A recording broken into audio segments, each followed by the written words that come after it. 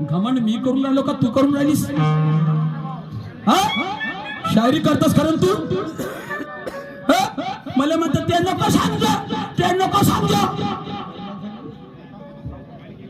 ते नको सांग, तू सांग. भाडमासऱ्या एक गदी होती, मग त्या लाकड खात होती, ते येंडे हागत होती.